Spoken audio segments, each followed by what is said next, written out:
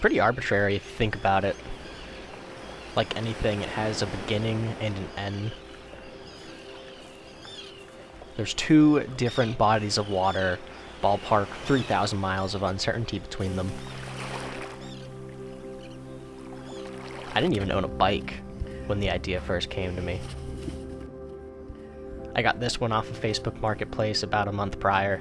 Probably could have spent a little more time searching. It would have saved me a lot of headache in the long run.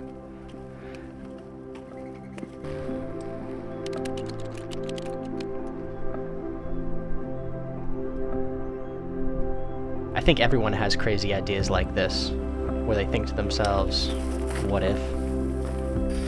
And like everyone, I'm guilty of letting most of those crazy ideas dissolve into nothing. But I somehow knew that I just needed to follow through this time. I needed to ride my bike across the country.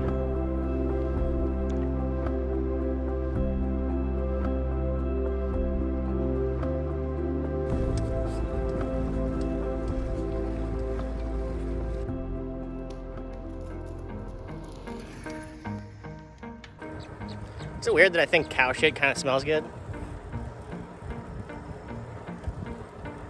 It's kind of weird. I spent the first 18 years of my life in Florida, and for that reason, I didn't expect much from this part of my journey.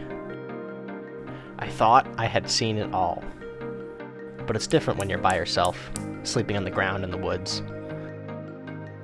The bike changes things.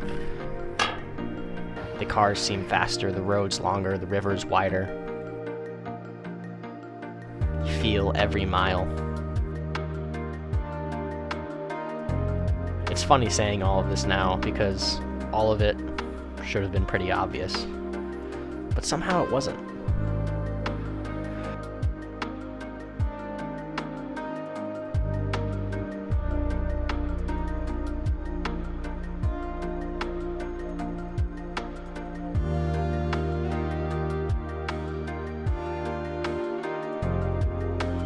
I get a lot of these two-lane highways all to myself.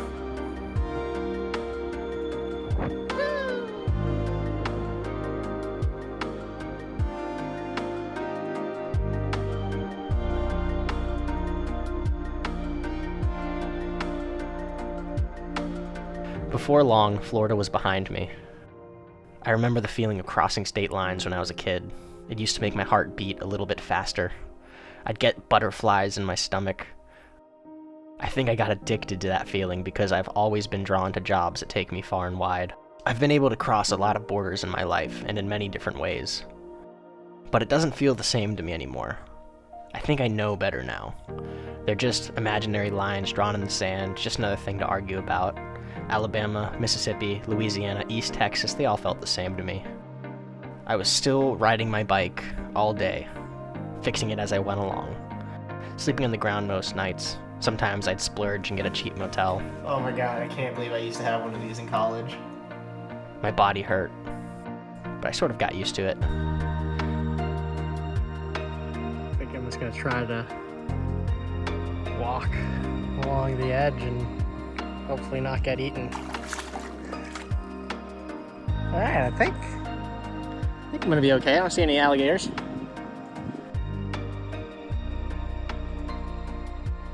But I was really starting to think that this wasn't so bad.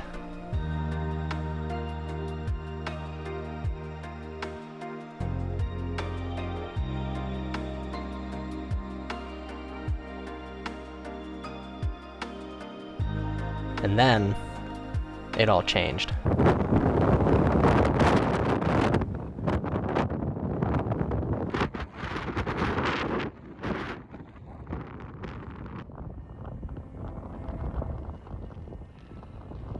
At first, I had a lot of fun in the desert. I welcomed the change of scenery. Sometimes there were great distances between services, many miles of barren landscape between them. But that didn't bother me so much. I was prepared. It was the wind.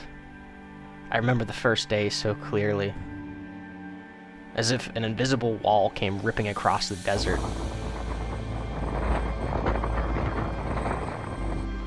first, I laughed at it. There goes it, my Pop-Tart! Took shelter under a bridge that night. I'm sleeping under a bridge right now in the middle of the desert because that is how angry the wind made me today. It was fun for the afternoon until I realized it wasn't going to let up. It made riding painfully slow. My mileage was easily cut in half. Suddenly, the Pacific felt so much further away. It's 4:30 in the morning, and getting up this early more out of necessity. Basically, the wind in the desert is much calmer in the morning, and then right around 11 o'clock noon, it just picks up. It just makes your life miserable. So I'm hoping that I can get a wicked early start and get most of my riding for the day done before the wind picks up, just so I'm not getting crushed by the wind.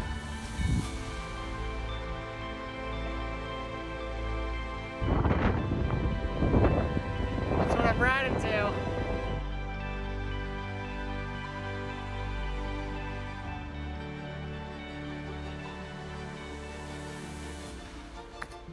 Up and over.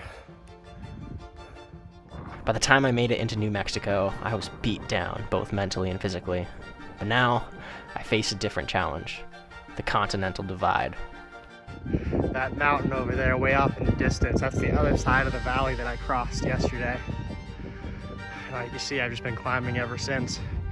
Here's the road that I've been climbing up and up and up. Over the next few days, I climbed to almost 9,000 feet. To my surprise, the thin air and constant uphill battle felt almost easy. Maybe I was just glad to be out of the wind. The breathtaking views helped lift my spirits.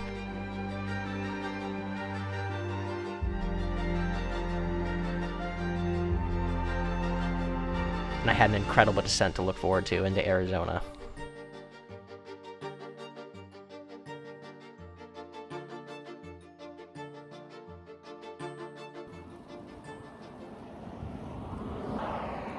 Right now I'm on Route 60 in between Globe, heading into Phoenix. I've talked to a few people, they said absolutely do not take this road. because it's dangerous for cyclists. And it's a Sunday morning. I figured there won't be that much traffic. It's really scenic. So I was like, I'll take the road. It's terrifying, let me tell you. No shoulders.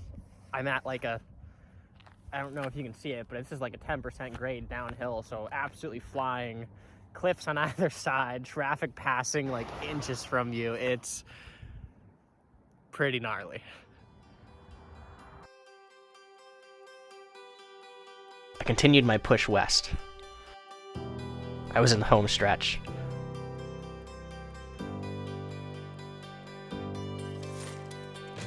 It was more desert, but by now we were no longer strangers. I knew what to expect. Oh my god! I'm pretty sure that's it. That mountain range off in the distance, that's my last up and over. With just one last mountain range to cross, I could almost smell the ocean air.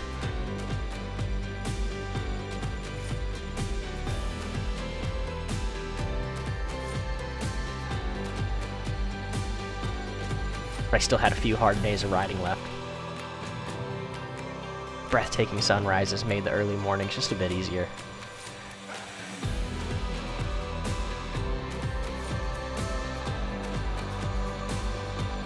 As I approached the coastline, the bleak landscape shifted to beautiful shades of green. This is when I truly knew that I was going to make it.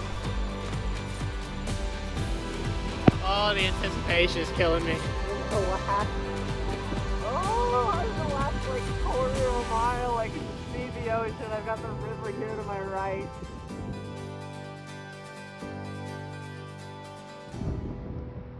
Ah! Oh my god, I can't believe it. That's the Pacific Ocean.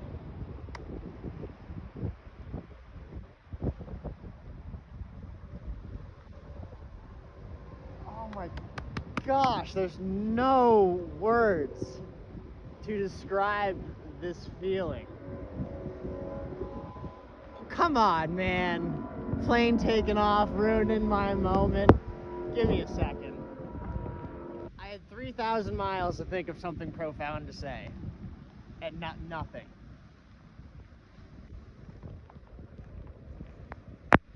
What? Oh. What a feeling, man. If you want to know what I'm talking about, I guess you just gotta do it yourself.